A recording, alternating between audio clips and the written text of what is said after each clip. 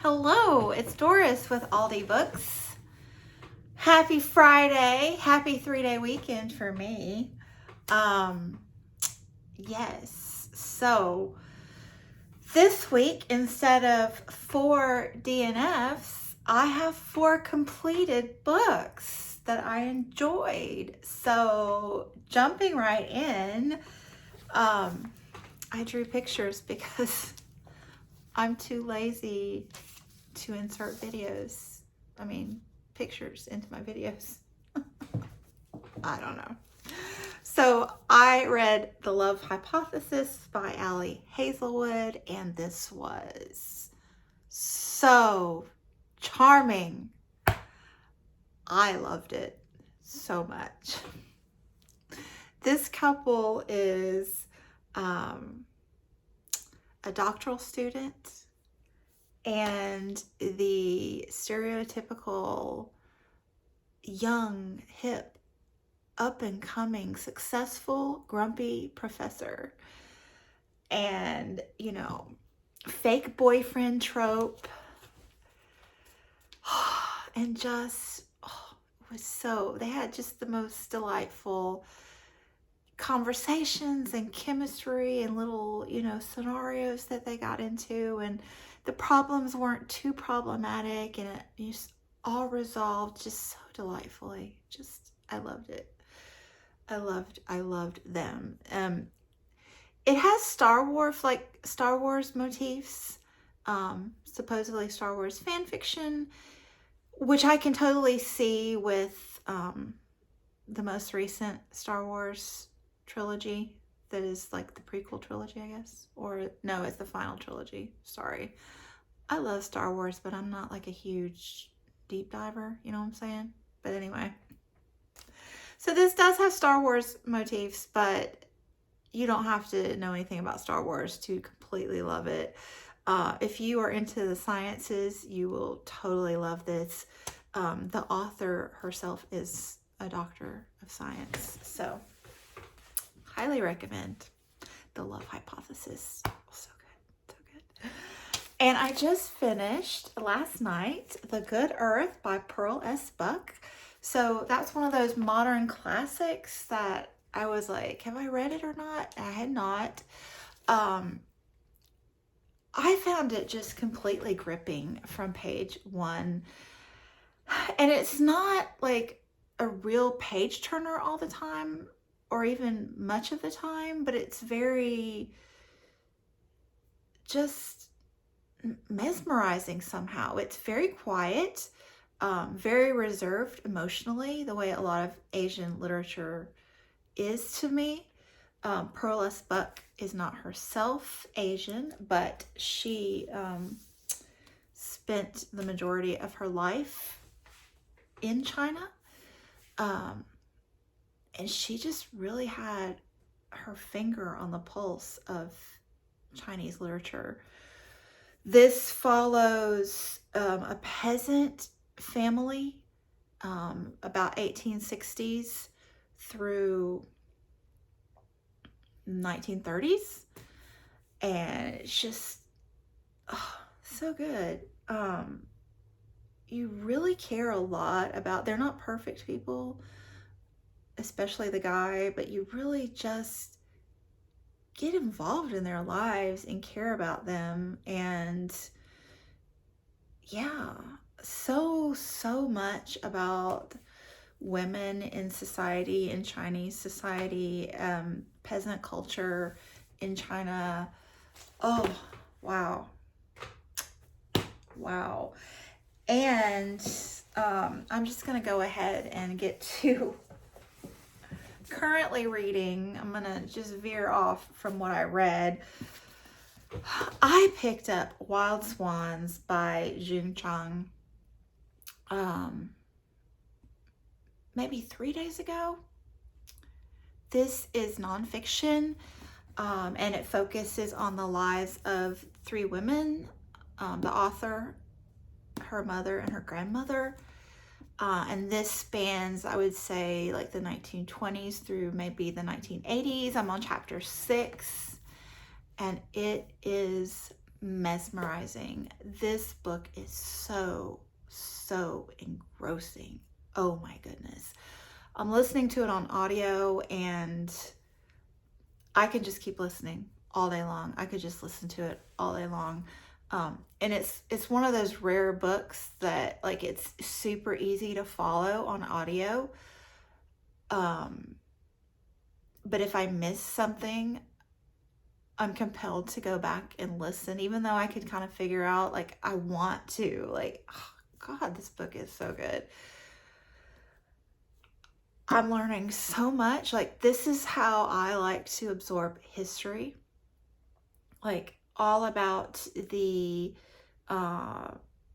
Chinese culture in the 1920s, like when it was transitioning from the old world to the new world, new modern politics, the Japanese occupation.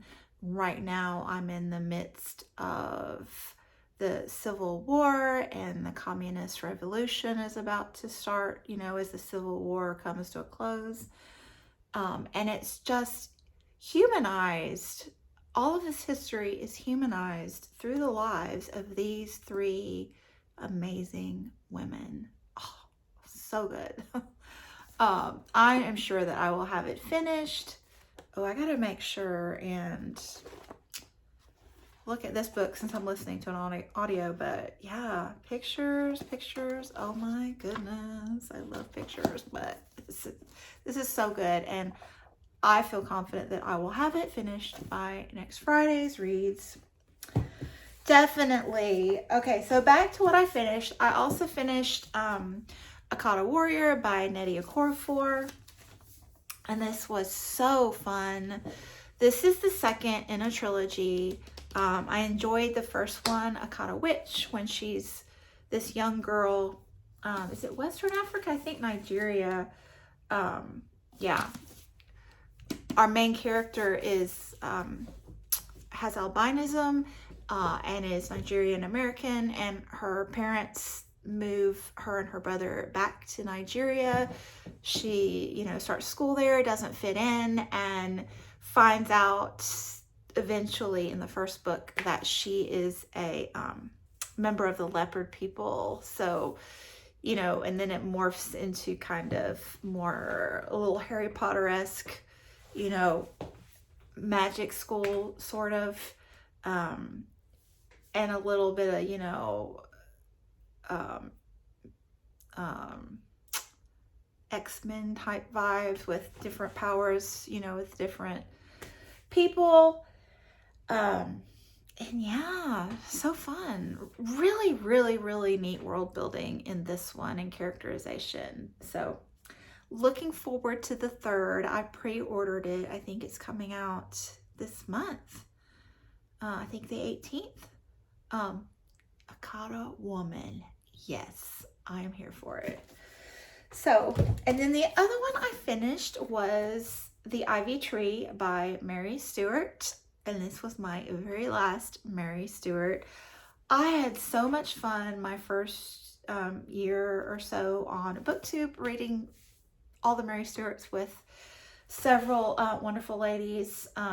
But this was one of the first couple that they read before I joined the group. So Mary Stuart is like mystery classics, and I don't read a lot of classics. And I had a lot of fun chatting with the other ladies about, ooh, what's happening and stuff like that. And I think I would have enjoyed this one more had I read it in a group. I enjoyed it fine, but it wasn't one of the better ones for me. The ones I liked most were more travel-oriented or nature-centric. She's really good with describing travel scenes and nature scenes, that kind of thing. This one was the English countryside, and not as much of a mystery either. A little bit of a mystery at the end, but kind of atypical in that way. But yeah, Mary Stuart is a lot of fun. And then the rest of I'm currently reading, so 5 on the go. I'm back in my poly reader phase. You know, 2021, I read mostly a couple books at a time. but now I'm back to just all the books. So Wild Swans I'm listening to on audiobook. I just finished an ebook, so I need to find another ebook because I'm finding that I like having one on my phone for different occasions. But then this other stack, so I started The Way We Live Now by Anthony Trollope and Sapiens, A Brief History of Humankind by Yuval Noah Harari. I started these at the beginning of the month, and I haven't dipped back into them since I last told you about them. So I won't, go on about them at the moment. But new books that I've started are Stingray Afternoons by Steve Rushin. I started this for, now that's what I call summer readathon. And this is just literally a cover buy. I saw it on Book Outlet and thought it was super fun. I don't even know who Steve Rushin is, and this is a memoir.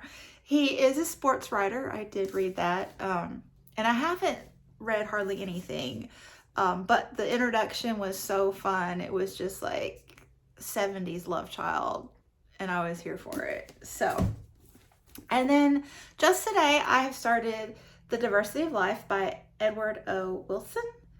I read his graphic novel, I think about this same book, last year. And I know Heidi from My Reading Life loves this author.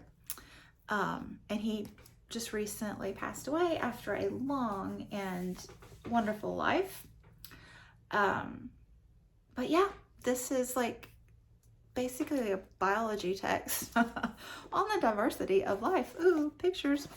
But yes, really, like, I think one of the classic must-reads in the science realm if you're into biology. So I'm excited to be reading this with Heidi and also Will, my scientist in residence. So that's what I got. And yeah, loving reading right now, having a good time. Hope you are too. Thanks so much for watching, and I'll be back soon. Bye.